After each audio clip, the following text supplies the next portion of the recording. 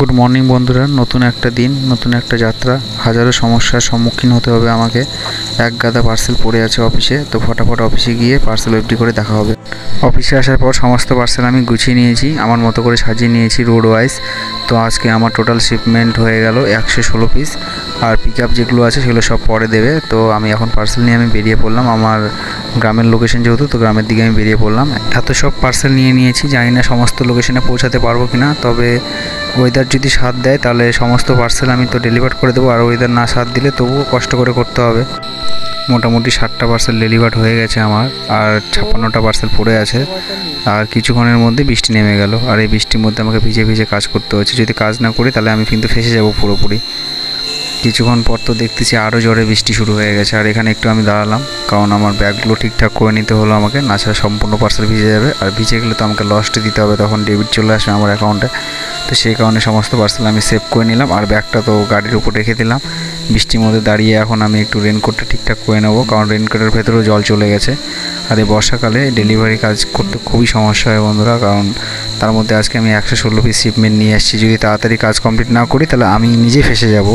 যতই ভালো রেনকোট পরি না কেন, তবুও ভেতর দিকে জল চলে যায়, কারণ ঘন ঘন দাঁড়াতে হয়, ঘন ঘন পার্সেল বের করতে হয়, দিতে হয়। এই সব করতে নিতে ভেতরে জল চলে যায়, এইভাবে করতে হয়। তাও তো এখন আমি গ্রামের দিকে চলে এসেছি। আর এই গ্রামের যে সিমেন্টের কংক্রিটের রাস্তাগুলো হয়, এগুলো খুব রিস্কি, এগুলো রাস্তায় বাইক চালানো।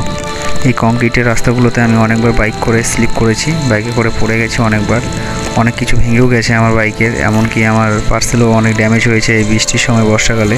কারণ এই গ্রামের রাস্তাগুলোতে খুব সমস্যা হয়। আর এই ফোন তো কাজ করতে যায় না, ফোন জলে ভিজে গেলে ফোন টাচ হয় না, কাজ করতে চায় না, খুব কষ্ট করে করতে হয়। আর স্ক্যান করতে হয়, যেহেতু পার্সেল বার করে স্ক্যান না নিলে বারবার ফোন পকেট থেকে বের করে স্ক্যান করতে হয়। আর সেই মুহূর্তে জল ঢুকে গেলে আবার ফোন খারাপ হয়ে যায়। অনেকবার তো আমার ক্যামেরা খারাপ হয়েছে, ফোন দুটো খারাপ হয়েছে। তো বর্ষাকালে আমাদের কাজ করতে খুব সমস্যা হয় বন্ধুরা। তো খুব কষ্ট করে আজকে আমি 109 পিস পার্সেল ডেলিভার দিয়েছি, আর এখন আমার কাজ কমপ্লিট হয়ে গেছে। এখন আমি অফিসের দিকে যাচ্ছি। তো যদি বৃষ্টি না হতো আজকে, তাহলে আমার কাজ আরও আগে কমপ্লিট হয়ে যেত। তো বৃষ্টির কারণে আমার 3 ঘন্টা লেট হয়ে গেছে আজকে। তো এখন কিছু কম সন্ধ্যা হয়েই এসেছে, আর একটু হলে সন্ধ্যা হয়েই যাবে। তো বাড়ি যেতে যেতে আরও লেট হবে। অফিসে গিয়ে আবার পিক আপ করতে হয় পার্সেলগুলো, যেহেতু একটু ভিজে গেছে, তো সেগুলোকে শুকাতে দিতে হবে। আবার সেই সমস্ত কাজ কমপ্লিট করতে আমার মোটামুটি আরও 1-1.5 ঘন্টা সময় লেগে যাবে। তো বন্ধুরা, সারাদিন বৃষ্টির মধ্যে ভিজে 109টা পার্সেল ডেলিভার করেছি, আর 3টা পিক আপ করেছি, টোটাল 112 পিস।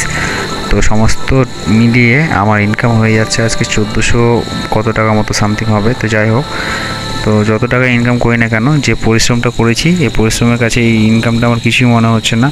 কারণ সারাদিনে 120টা কাস্টমার হ্যান্ডেল করতে আমার মাথাটা পুরোপুরি নষ্ট হয়ে গেছে। কারণ কিছু কিছু কাস্টমার থাকে যারা কিছু কথা বোঝে না, বুঝতেও চায় না, তো তাদের কারণে বেশি সমস্যা হয়। তো এখন আমার কাজ পুরোটা কমপ্লিট হয়ে গেছে বন্ধুরা। এখন আমি অফিসে যাচ্ছি, অফিসে গিয়ে অফিসের কাজ কমপ্লিট করলে আমি ফ্রি হয়ে যাব। তো দেখা হচ্ছে নেক্সট ব্লগে। তো এতদূর দেখার জন্য ধন্যবাদ বন্ধুরা। আর এখন সন্ধ্যা হয়ে গেছে, তাই ভিডিওটা বেশি করতে পারবো না। আর এমনিতেও বৃষ্টির দিন, তাই আজকে আমি ব্লগটা বেশি বড় করলাম না।